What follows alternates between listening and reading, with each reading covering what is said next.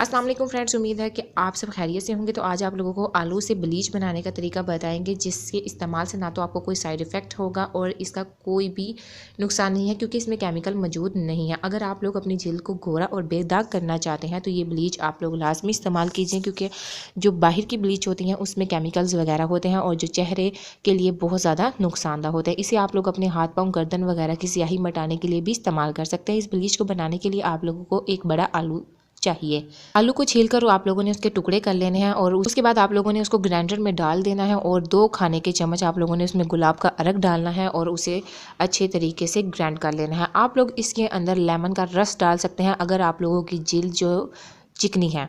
तो अगर आप लोगों की जिल्द खुश्क है तो आप लोग उसमें शहद डाल दें। अगर आप लोगों की जिल्द नॉर्मल है तो आप लोगों ने इन दोनों चीज़ों को डाल देना है, आलू, शहद और लेमन को। तो इसके बाद आप लोगों ने इस मिक्सचर को अच्छे तरीके से बनाकर आप लोगों ने इसको अपने चेहरे पर अप्लाई करना है। 15-20 मिनट के बाद आप लोगों ने खुश्क होने के बाद ठंडे पानी से अपना चेहरा धो लेना है। ये कुदरती ब्लीच है, मर्द हजरात भी इस्तेमाल कर सकते हैं और ये ब्लीच हाथ पाँव और गर्दन की स्याही और धब्बे दूर करने के लिए भी इस्तेमाल की जा सकती है। ये ब्लीच काम कैसे करती है?